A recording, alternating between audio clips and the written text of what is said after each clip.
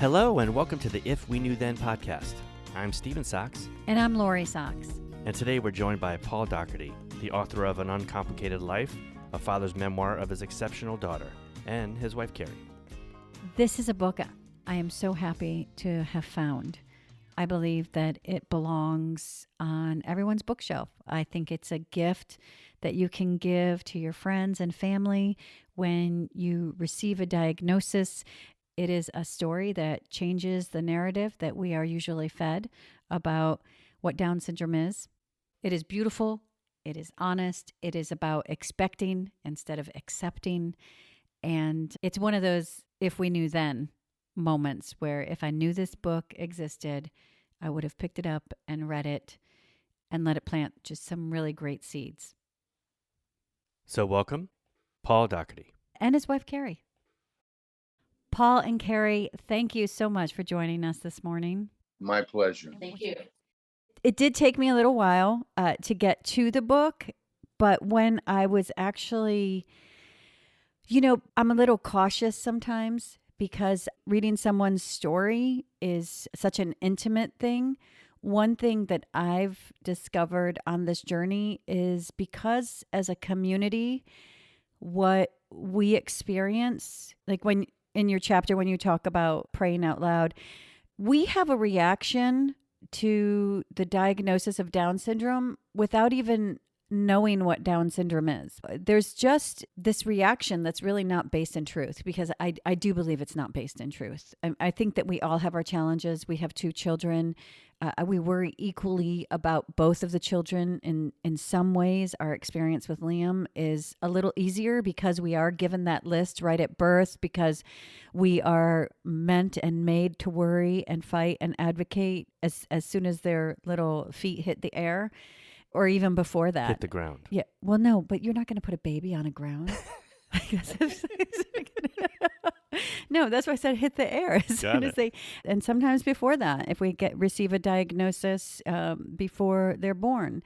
And so because of that, one thing that I learned early on, because we were introduced to a lot of stories that people said, oh, you have to read this, oh, you have to see that. And most of that was really heartbreaking. Most of that let me know that what I was about to embark upon was just horrible. And not only did we have a diagnosis that we had to deal with that, and then this was the bombardment of information. So because of that, I really protected myself as to what stories I let in. And we determined to write our own story, for Liam to write his own story. So I am very trepidatious when I receive something, because I do honor everyone's journey. And I think telling our stories are so important, but I also believe that story we can impact each other. And I was so happy when I finally just started to read your story, because your story can impact others, but in such a beautiful way. Paul, maybe you just tell us a little bit about yourself. About myself. I've been in the newspaper business, for better or worse, since 1979. And since I'm not a math major, maybe what's that, 21 and 43 years, right? 21 and 22. First couple of years, I covered county government in a rural county outside of Baltimore. I decided I didn't want to spend my life covering zoning meetings and sewer hearings. So the opening came up to be the sports editor at this small paper, daily paper in Westminster, Maryland, and I took it. And I was the sports editor there for about 3 years. And from there, went to Norfolk, Virginia to cover the University of Virginia. Older parents might recall a guy named Ralph Sampson. I covered Ralph Sampson, who was a very tall basketball player at UVA. Michael Jordan was at North Carolina at the time. I got one-on-one interviews with Michael Jordan, who once apologized to me for being late. Sorry, sir, I'm late for the interview. I'm thinking, all right, kid, just don't do it again. And then Michael Jordan obviously went on to bigger and better things. We moved from Norfolk, my wife and I, to Dallas, Texas, where I worked at a paper that no longer exists, Dallas Times-Herald. And from Dallas, we moved to New York, where I worked at Newsday out on Long Island. And then in 1988, we moved to Cincinnati and decided that this is where we wanted to stay and raise our kids. So that's what I've been doing ever since. I write a sports column 3 times a week. I write a blog on Cincinnati.com 4 days a week. And on Wednesday, I'm going to Los Angeles to cover the Bengals in the Super Bowl. So that's kind of my story in a nutshell. We have a son in addition. You might not know that, but we have a son in addition to Jillian. Kelly got married in October in New York. He works for a publishing company in the city. His wife is a teacher at what they call a magnet school, like a charter school.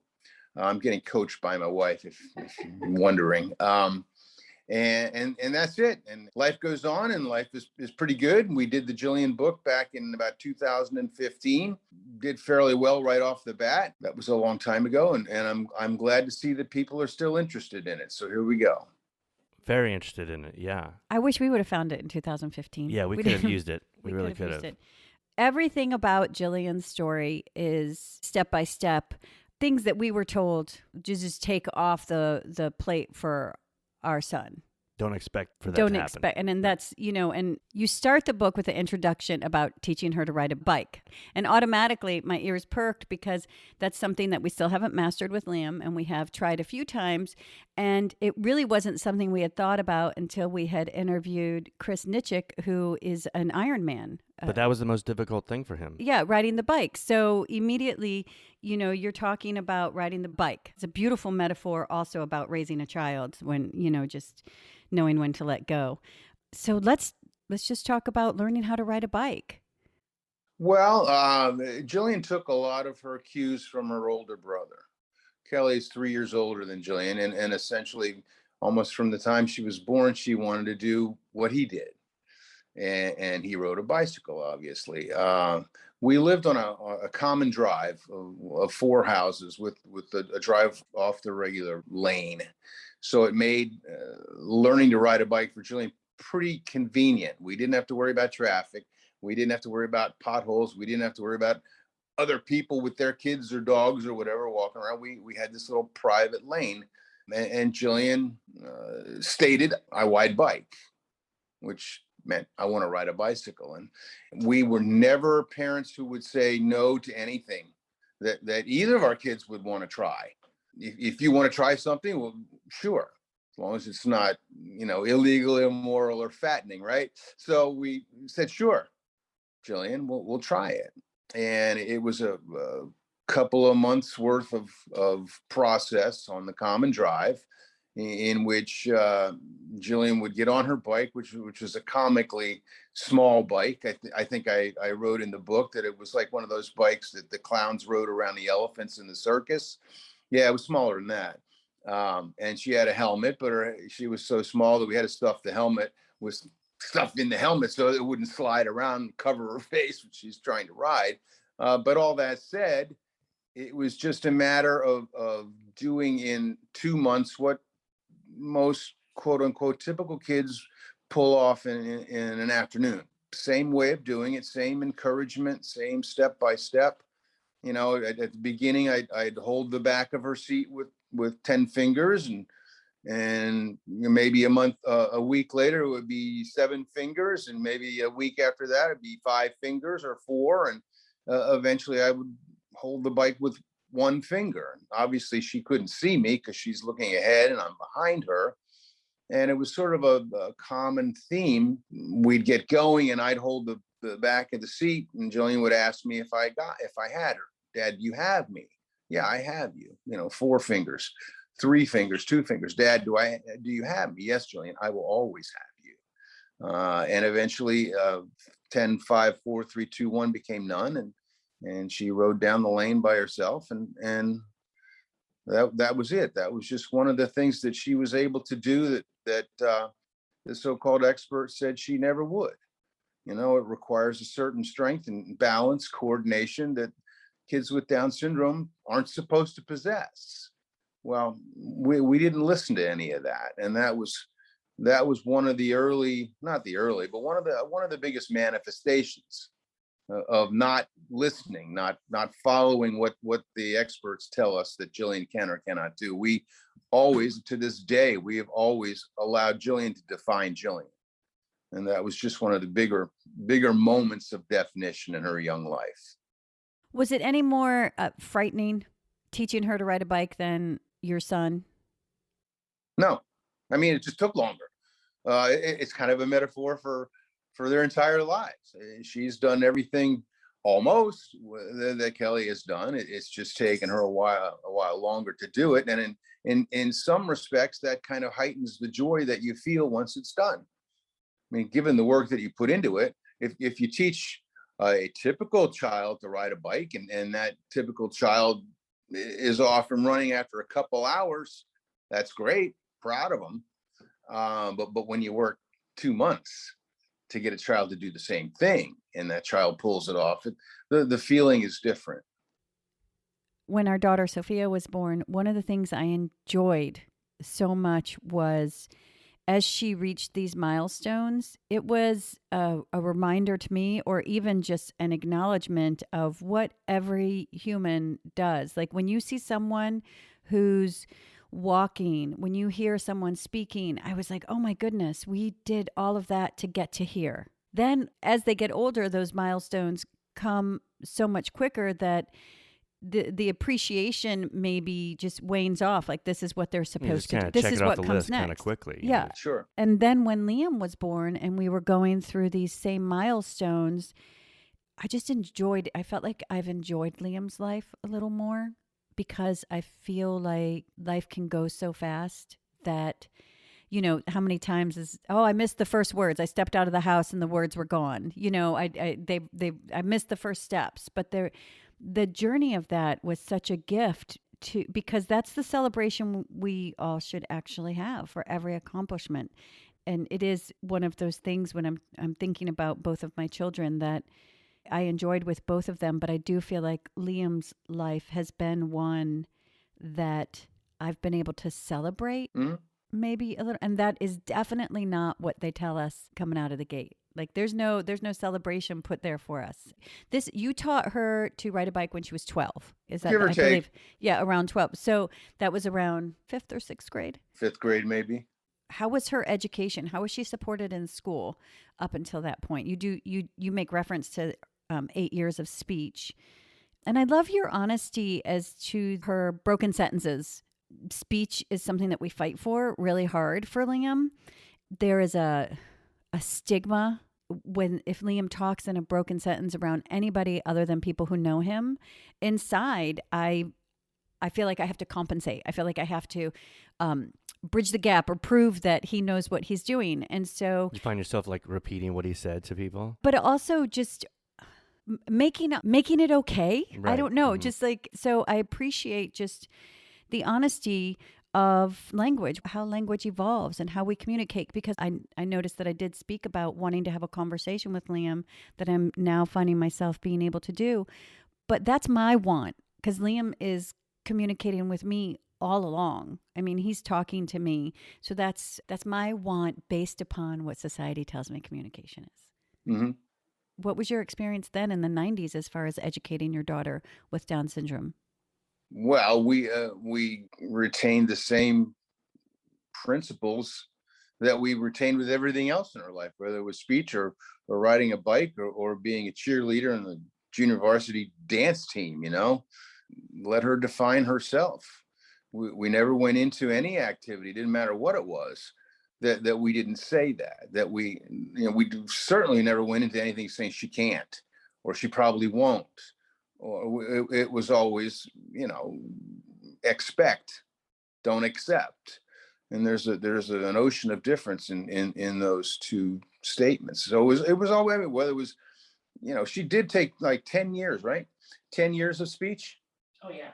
10 years of speech. She did the occupational therapy and the physical therapy as well, but not nearly as much, because we determined right away, and it was kind of a no-brainer. If you had to choose between the three therapies, speech would always be number one. We want her to be able to communicate. And so she did have that therapy. But you mentioned that you find yourself sometimes trying to help Liam out. He's talking. I am guilty of that. My wife, Kerry, is not. And she never has been. From the time Jillian was trying to climb stairs, walk upstairs, I would help her. Kerry would say, let her do it herself. With Jillian's speech, and I do it to this day, translate for her a little bit, help her. And Kerry does not, and people that know Jillian, that are around Jillian, her coworkers, for example, her friends, family, they all understand her perfectly because they're accustomed to speaking to her, because we let her. At least her mother lets her. I tend sometimes to fall off that wagon. But as far as the speech goes, no, we applied the same principles to speech as we applied to everything else in her life. Well, Paul, I'm kind of like you, where I will, I don't know if it's explain Liam or just make sure it's clear, and make sure that I'm right there with him. And with any kid, you have to give him, just like when you get down to that one finger holding on the bike, you got to give him that space to fail, possibly. That's something that I'm dealing with, all the time, is like, I don't want him to fall flat on his face like any kid, but you got to let him do that sometimes. Lori, from the beginning, I think of when we just brought Liam home, and it was the initial time where you're having people over to see the new baby. It wasn't something we announced that Liam had Down syndrome on social media or something. That wasn't something that we did. So when we would have friends or family even come, well, not family as much because they would know, but friends come over, I would go to Lori and go, we got to tell him that Liam has Down syndrome. Like, we have to make this announcement that, okay, by the way, you're going to see the baby. Let me tell you this news. Because at the time, I was dealing with what that news was anyway. And Lori was like, no, they're going to come in, they're going to see the baby. If they think he has Down syndrome or they think something, they can ask a question, or they'll find out. It'll happen. But we don't have to announce all these things. So she was, in many aspects, she's like your wife, where she's letting Liam be Liam. Everyone else can just accept Liam for who he is and find out who Liam is, and then that's Liam. I don't have to explain. Well, because that's what we do for every human. No, it makes sense. And it's I'm something saying it's just it wasn't in me. Right. Like with Sophia, one of the things I teach her is, and something that helped me in life is, here's a person. That's that person. And we're all so different that, to me, it blows my mind. I've met so many people that are so different, and a chromosome is not going to define my son, because I've met people with different things that have been challenging to me, but I allow people to be people. And then I see that person, I look for the best in them. And if it just doesn't jibe in my circle, I send them the best wishes. But, then you have your circle. But, part of the whole journey of life, which you do mention about us all being connected, and I do believe that, is that we all create our lives. And I can't tell somebody, just especially from looking at them, they're doing it wrong, because I don't want them to look at me and I know I'm doing it wrong. Do you know, like, I don't need to turn that magnifying glass on me. And I've done that for my life. And so that's what I was going to do for my son. And if anybody doesn't want to do that for my son, then it is just like if you judge any other human, it's their immense loss. Like, they don't even know what they're losing. Well, that's always how we felt about Jillian. If you choose not to interact with Jillian, if you choose not to befriend Jillian, if for whatever reason you don't want to associate with Jillian, tough luck. That's your loss, not certainly not ours, and not hers, obviously. So I don't know. We've never considered her any different from our son, in the way we've demanded things of her, the way that she interacts with other people. Everybody is unique. Everybody has their own syndrome in one form or another, and deal with it or not. We got enough going on in our own lives. We can't really worry about everybody else's, right? So you like Jillian, you get along with Jillian, you decide to befriend Jillian, great. If you don't, you're lost. Sorry. I don't think that people understand really what they're losing because of those misperceptions that are fed to us. Like, we didn't know when Liam was born how, just like, the immense gifts. You do discuss that you do say an imperfect child, and I think that's on the chapter that is about how you receive the news. But you say having a child with a disability is like having a life coach you didn't ask for. And that is spot on. That is so true. And not unwelcome, by the way. No, like you did. I mean, people pay a lot of money for life coaches, and That's right. I think that's the best way to say that. Like our friend Mazen has talked often about what a teacher, what is Liam teaching you, and that's all I do is learn how to live a better life, and not like a better like, oh, this is the best. I mean, like my life is rich, and all I have to do is really, what is Liam doing? Mazen says, be more Liam. It's like, how does Liam approach that? And when I do that, it's just such a great guide. And I don't mean that in a hokey kind of, hey guys, look what you have. No, totally. Just be there and witness it and follow their lead and example. Well, life coach for us, and I see the benefits of his life coaching to Sophia.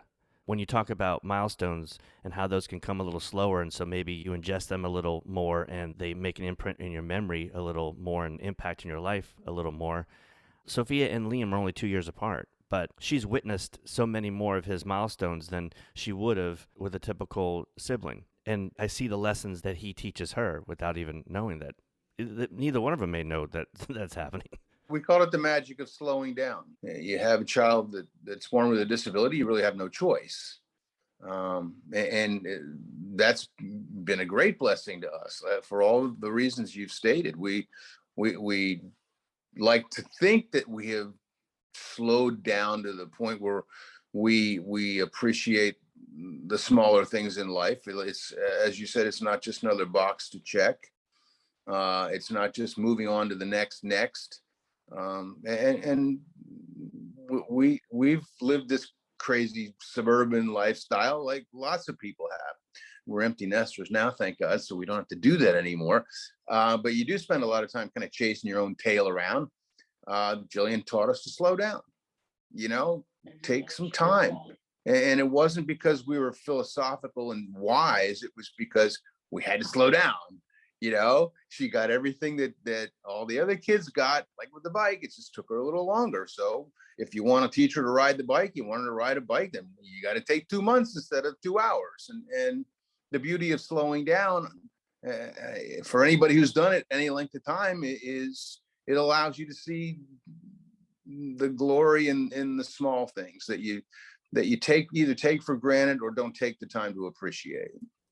Well, I don't want to jump ahead too much, but I know I feel the same way. But just you saying empty nester is another thing that we would have been told was an impossibility, having this child. Paul, if you just talked about Jillian and how she's out of your house, I mean, because that's a big deal.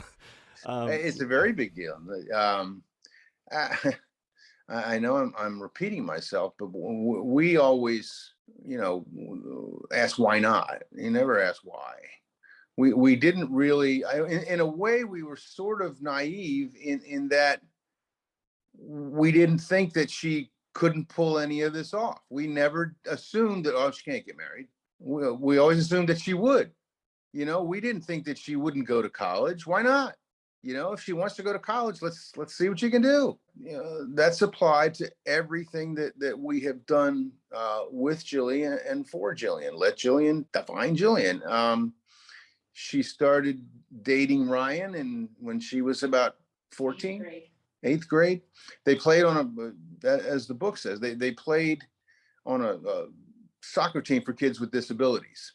And Ryan's father was a coach, and Ryan and Jillian got to know each other while playing soccer. And then one day at the end of soccer practice, he asked her to go to homecoming. He was in 9th grade at the time. He was in 9th grade. Jillian was in 8th, and homecoming. So he asked her, and they lingered across the field for a while, talking with one another. And I wasn't there. Kerry was there for the practice. I was not.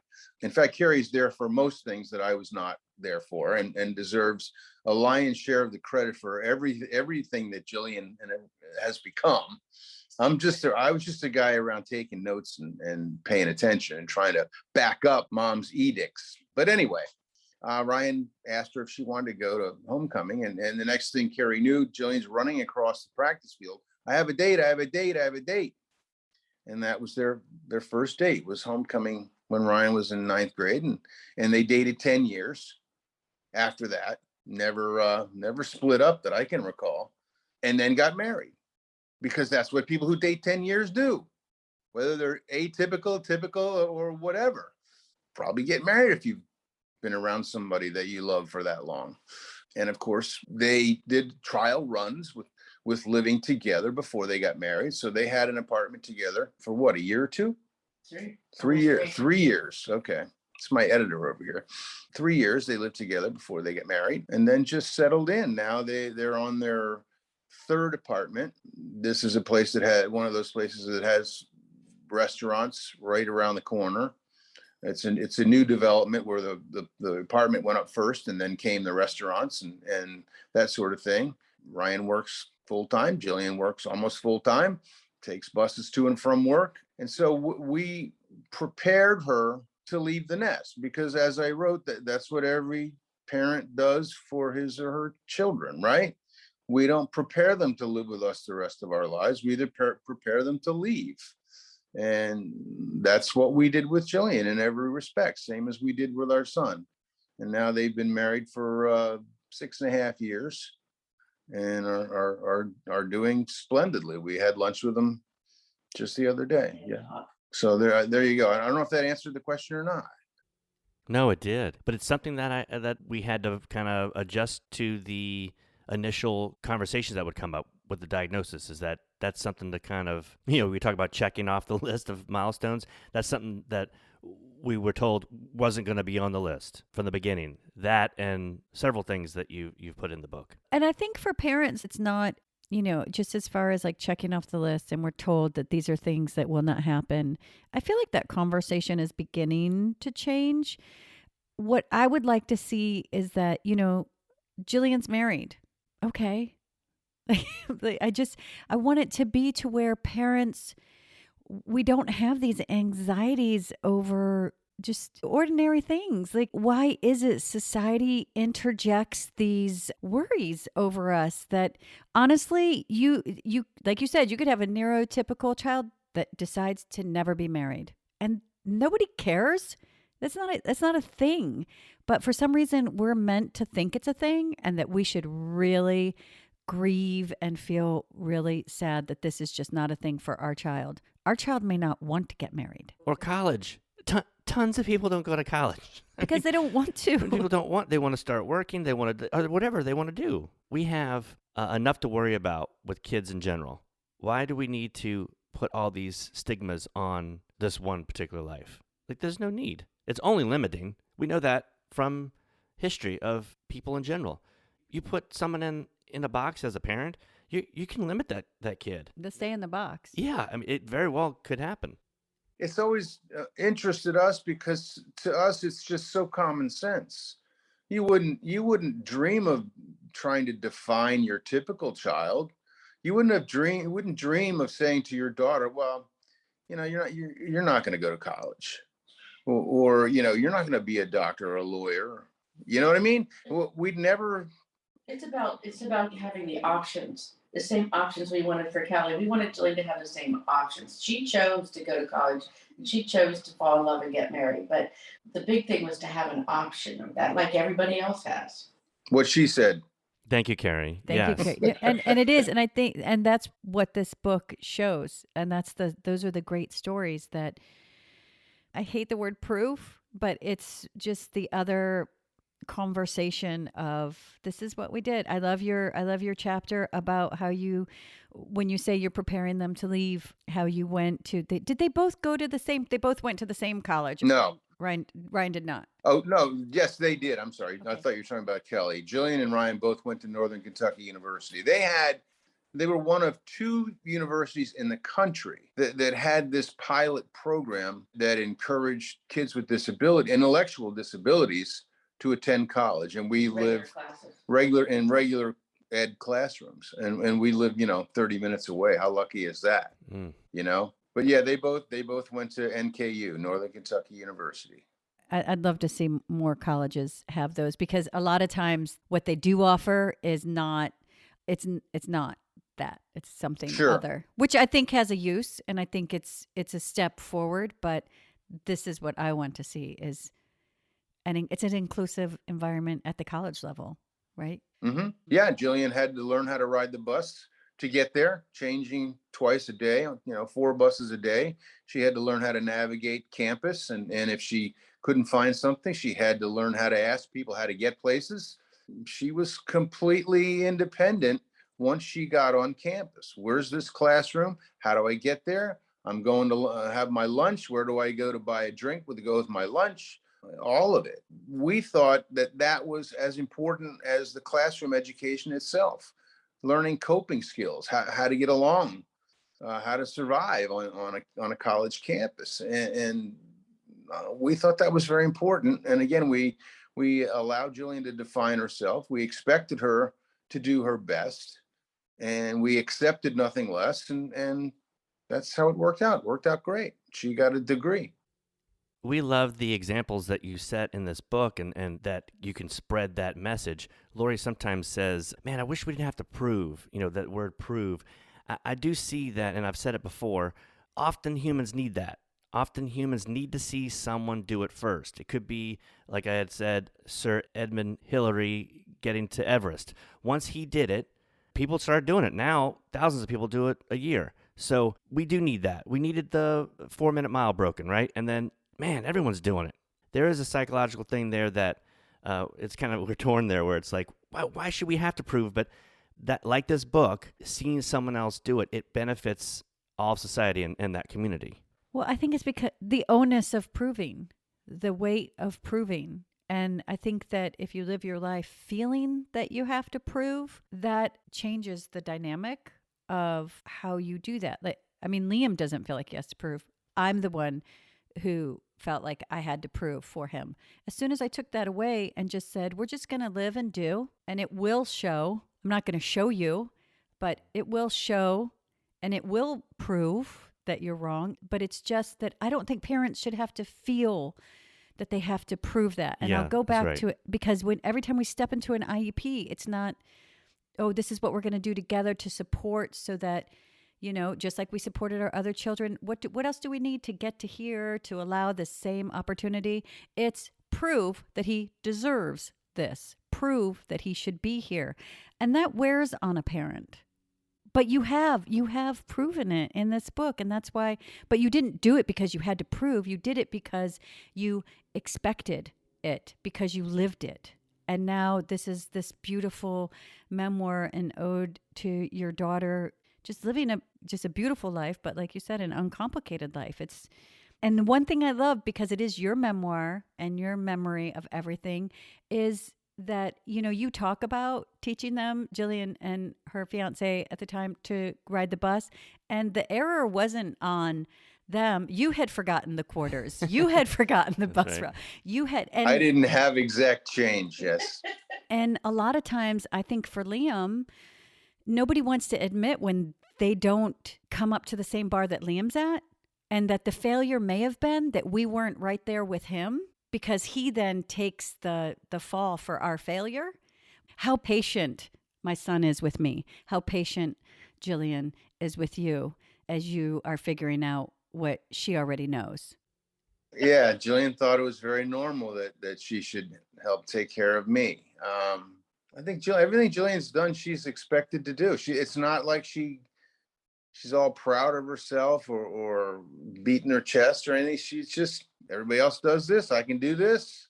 In the past, she had a very good friend named Katie Daly. Now, I think Katie and Jillian were thick as thieves. But when they were out at a social function, at a party or whatever, Jillian would introduce Katie as, this is my friend Katie. She has Down syndrome. As if Jillian was not someone with Down syndrome, This is my friend Katie. She has Down syndrome. Well, Jillian, you have Down syndrome too. And, well, oh yeah. I don't think she thought anything she did was exceptional. I think everything she did, she just assumed you're supposed to do it, and she does it. I don't think she thought anything special about herself or what she was doing. Yeah. We did, but we recognized it was achievements, but she's just like, yeah, well, what's next? Well, we could all use that in our lives. Just think of how we wouldn't hold ourselves back from doing things if we just had that mentality. of Yeah. expecting, not accept. Mm-hmm. I love that.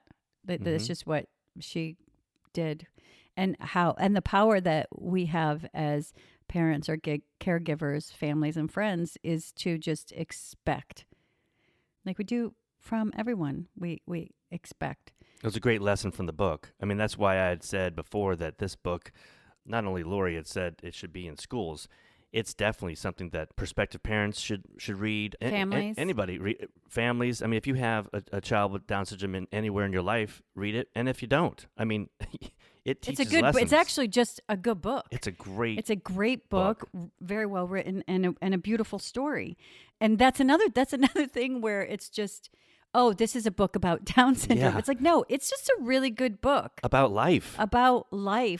And it's so beautifully written, and it has a lot shifting from, Jillian's path, which I do think that everybody should read it, because we get bombarded when our child is diagnosed. We get bombarded so often with misperceptions from if you don't have, we have a great pediatrician, but if you don't have one of those who's constantly not expecting, if you're at a school system that doesn't expect, you get enough of that negative where you're having to fight and prove and all of those things that make you tired. You're the only one expecting. That kind of stinks. Yeah, when you're the only one expecting.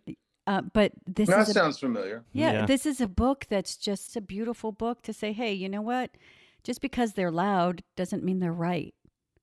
Because I feel like our path is a little bit quieter because it is a slower, like we do take our time with things. I feel like, except sometimes I do scream in IEPs, but I do raise my voice sometimes there.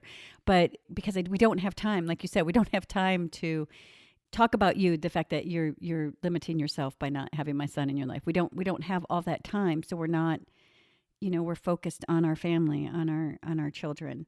It's like food for your soul, for anybody. For people who are not on this journey, it's eye-opening, so you can stop saying that will never happen, because never doesn't count anymore, because one, Jillian's not the first to do it, but now it's in writing. So all of these things are real. Well, I wish you two had been around 6 years ago. You could have been the publicist for the book. I do. I feel like it's something that everybody should read, because we don't get the beautiful stories. We really don't. The beautiful stories are usually coupled with, this is horrible, or it's they not, did this even though they suffer from Down syndrome. It's not. This is just beautiful, and it's like that little whisper in your ear, that's louder than the people who are telling you. And this is how I feel. The stories that were written for our children, for this community, were not written by us. They were written by a doctor a long time ago, an archaic doctor who used most of the words they used you cannot say anymore. And they said, this is what it is. And somewhere along the line, we forgot to correct the story. Somewhere along the line, we let the outside tell us what our story was. We were fed a narrative that we just continued, we believed it. Kind of on our and own. we continued it, but we never stopped to ask, why do we believe that, when right in front of us are individuals who are telling you, no, that's wrong. That's not the case. And this is the real narrative. This is what happens. We have that influence. We have the ability to support our children in their education. We have that ability to support our children in their expectation of life. That expectation Jillian has comes from your expectation of her. If you told her no, if you said she wouldn't, if you believed what they said, she would not have this beautiful story. That is the truth. That's with anyone. I can do it to my daughter. I can do it to anybody. I can see it from anyone. People in my life that were told not to expect anything. Well, they didn't, and they got what they expected. If you don't go out onto the driveway and do the 5 fingers down to one finger and let her go, if you don't support her and do that when she asks to do it, then she won't do it. Like anyone, right? So then all of a sudden it's like, oh, see, she couldn't do it. We would highly recommend that everyone who has a child born with a disability do what we did on day 2, which is take all the well-meaning literature passed out, even by folks from the local Down Syndrome Association, that collected in my wife's hospital room. Give it a once-over if you want, and then throw it out. We recommend everybody do that. I know it's well-meaning and it's supposed to help you and prepare you, whatever. Nothing can prepare you, but it's also very negative, as you said. It gives you a laundry list of all the can't do's. In that respect, it's very damaging and worthless. And so we just got rid of it. I don't think, did we even read any of it? No, we didn't read any of it. We were going to let Jillian define the narrative. I can't imagine what that literature was in 1989. I feel like now we do have some narratives changing. So look at some of it, because there are some organizations now that actually are starting to support our narrative. But yes, when you get those pamphlets, when you get those stories about grieving your child, and they come from the best people, when you get those, don't let them sink in. And I think that's what happened to us is we didn't get pamphlets. We got some conversations that we were just like, well, it was the age of the internet as well. yeah. You know. But read this book instead, because it's the opposite of those pamphlets. And it's not like an onus on you. It's just like, hey, what happens if you just do exactly what you would do if someone didn't tell you couldn't? And that goes for us as parents, but also as for our children. What would they do? One other thing I think is important, we operated from day two with a sort of tunnel vision. It really was one day at a time. Because if you have an infant born with an intellectual disability and you immediately start worrying if that person is going to go to college, I mean, why? For one, why would you do that? And two, you have to worry about the moment, live in the moment, worry about the moment. Each put a little building block on there every day for the ultimate goals. I mean, keep those big goals in the back of your head, but don't let them overwhelm you. We're kind of like sharks in the water, right? Don't sharks have to keep swimming or they sink? Well, we just kept swimming. Yeah. Yeah, like you do with anybody. Let the child and let the person show you who they are. Jillian showed you who she was. And that also needs to be said. All these big goals or big dreams, hopes, whatever we had for Jillian wouldn't have amounted to a hill of beans if Jillian hadn't been able to pull them off. I mean, we can sit there and do what I did, which is metaphorically bang my shoe on the table at the IEP meetings. And none of it would have mattered if Jillian had not justified our belief by doing well in college. So in the end, our beliefs are only as good as the way that she was able to validate them. And also, and this is important too, I don't want, and Kerry does not want us to come off as these perfect know-it-all parents. Here's your guide on how to raise your child with a disability. No, we did it our way, and other people did it other ways, and that's fine. We don't judge how they raise their kids. And this just says this is it. The book does not say this is how you should do it. It says this is how we did it. Yeah, I think that's a really good point, because as parents of children with disabilities, our friend Melissa Kynach was saying, sometimes she gets in that thing where people will go, oh, you did this, you're so great, look at what you're doing. And it puts a pressure on you, not only on other parents, but it puts a pressure. You're just a parent. You're just a parent who raised their kid. Your book doesn't say, hey, look what we did, we're great, we're best. Your book is a full depiction of who you are as a human. It talks about your doubt. It talks about where you fall short. A beautiful chapter in the fact that it's raw, and I think people will relate and not judge themselves. You had the courage to sit and write down, hey, Jillian was born and this is how you felt. And then the doctors came in with this news that was like a sledgehammer, the way they deliver and the way they shift the energy of it. And they take, this joy that has no weight and puts grief, which is heavy, on you. And you're very honest about how you felt. We can look back and say, oh, well, this or that, but just being honest about the fact that you didn't go, well, doctor, you're wrong. You felt those feelings. You had to digest those feelings, and you're very honest about it, which I think is cathartic for other people, because we do judge ourselves. We judge ourselves, and there's enough guilt as just parent, like right off the bat, any parent. But you talk about that, and then you got through it, and then you move forward. And so I don't think that in this book you depict yourself as, hey, look how great we are. This is what we do. It's just, we're called If We Knew Then. I wish I would have read your book then, because if I would have known that there's someone out there, even if it's just one person, like Sir Hillary, it shows me that, no, you're wrong. I have that. I have that to go into any meeting, any story, and anything. No, hearing about all the great stuff is great. But hearing about the stuff that was really difficult is wonderful too and cathartic, because we're all going through those difficulties. And you don't say, hey, look, this is what we did. And I taught her to ride a bus and I'm so great. And this is how I did it. You say, this is what we did. And you know what? I'm the one who goofed up. And because I think as soon as we got the diagnosis, and those people were turkeys in the hospital. I mean, how can you save a life? Liam was born at 30 weeks, saved his life. And they were so brilliant with medicine and so ignorant in life and what Down syndrome was. And that ignorance just, it did take a hold of me. It did make me shudder with fear, but it also made me dig in and just say, not going to listen to you at all. If I would have had this book, then that would have been some food for me to combat that. And also maybe not feel so alone about it. Not feel alone, not feel alone in your hope. For a neurotypical child, we get all those what to expect books. We don't get those realistically. No, we get what not to expect. It's a false narrative. It's like, don't expect anything book. What not to expect. And that's anything. Don't expect anything. And, but when I dug in, I was like, I'm never going to give up. I'm just going to support Liam. I'm going to, again, prove, show, whatever it is.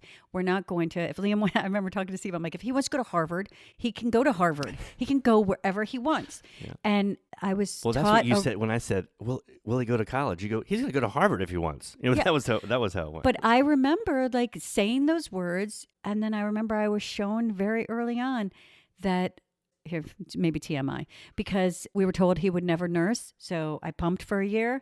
And then because he hit his head, he nursed because he was looking for that. It makes me sad as a mom to go, how long did he actually was able to do that I just kind of just denied that. And I realized, gosh, I had given up on that. I had. It taught us a big lesson of what not giving up really meant, because we had said we're never going to give up on him, and then we realized, wow, this is one of the first things we did. One of the first things right off the bat, I had done that. And I think that you show that, and also for parents, that it's just being a parent.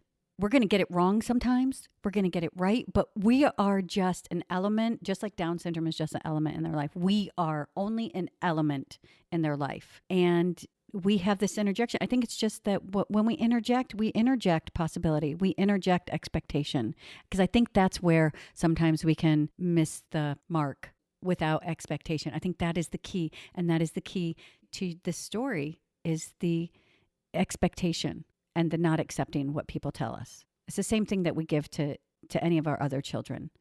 Absolutely. What's amazing about it to me is that you had mentioned several times, Paul, that this is something that they came out 7 years ago, and, hey, there was a spark, and then it kind of goes and this, but it's there forever. It's here in my hands right now, what you wrote, right? At any time I want to pick this book up, your voice is in my head. We can talk. And that's what's so beautiful about putting it in a book. It's kind of the thought process we had about this old-time radio podcast medium, that it can be there, a log of episodes someone could just come across whenever they want. That's something I would like you to know, because you have mentioned a couple times that, it's kind of, I'm glad it's back, but this is going to go through its forms of where it's going. But there will be people reading this book and getting wonderful benefits from it forever. No, I appreciate that. And you've made my wife chuckle a little bit, because she knows now that my head will be too big to fit through the door of my office. So I'm a captive in my office now for several days, I think. Well, Kerry, maybe next time you'll just sit next and talk, because the two chapters that I wanted to talk about were how you both had different upbringings and came together, but the effect that your life had on raising Jillian, and about your honesty receiving the news. And that they're both two very healing chapters that I'd love to talk about, because I think they feed into how we determine the narrative and how we write our narrative. Is there anything you want to add to this episode about the story? Do you want to add, as far as any of the chapters or any of the parts of Jillian's life that you want to reference? Specific to the book. Yeah, specific to the book. The one chapter that isn't talked about a lot that I really loved writing was the one on Jillian's sense of humor, her wit. And you have to have some intelligence, I think, to be funny. And Jillian is really funny, and has made people laugh in all the right ways for a very long time. I loved that, writing the note to her classmate, informing him that he was a dick. I thought that was hilarious. And you're in that parental moment where you have to try to be stern and know you can't be doing that. But inside, I'm just cracking up. But we were proud because it was a complete sentence. And we were proud that it was a complete sentence in that note that she wrote to that guy. When I used to speak in front of large audiences way back when the book first came out, and you go to these conventions and this and that, state, national, whatever, I liked those passages because they made me laugh and they made everybody else laugh and put everybody at ease. And like, wow, these kids are funny, and not funny in a bad way. They're witty and smart and fun, and they say the word deck. And I like writing that. That was a lot of fun. But I mean, other than that, you guys are pretty comprehensive in what we've talked about.